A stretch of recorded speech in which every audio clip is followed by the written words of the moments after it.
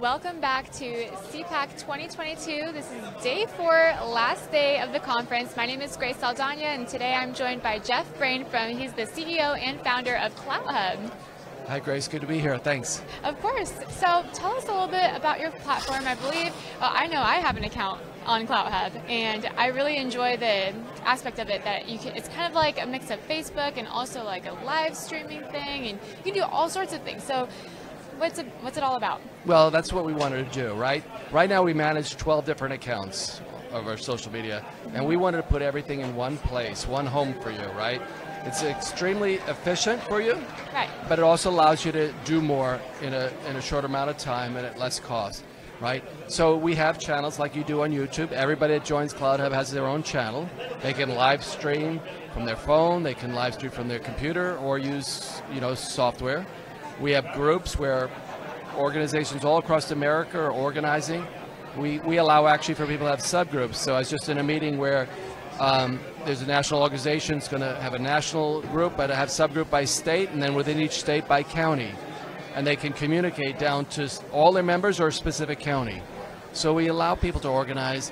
We also have discussion rooms like Twitter. We also have a events feature like Zoom, where the presenters are on video. We can get up to 15 people on the screen at one time, but then they can have an audience of 100,000 that can interact with them, actually raise their hand and ask questions. So it's very powerful. As we move forward, we're adding business pages now where businesses can promote themselves and actually capture leads for their businesses.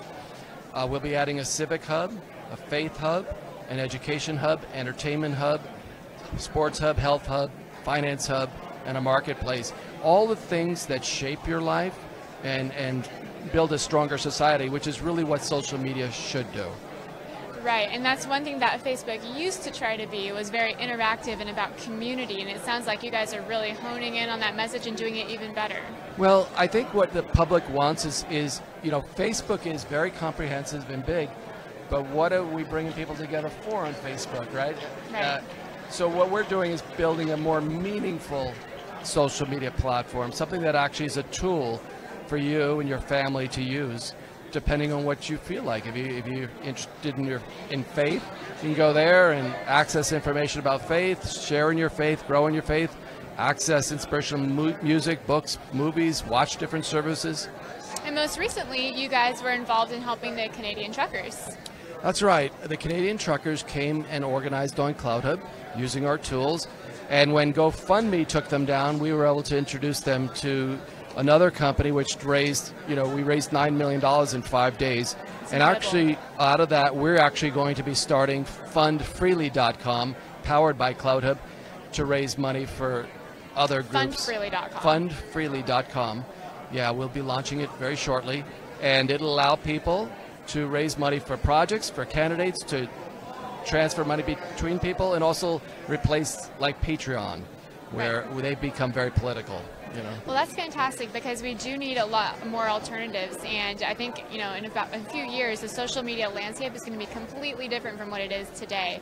And people used to think the bad guys were Facebook and Twitter, and it is those, but it's also these big tech things like PayPal, like Venmo, or whatever the right.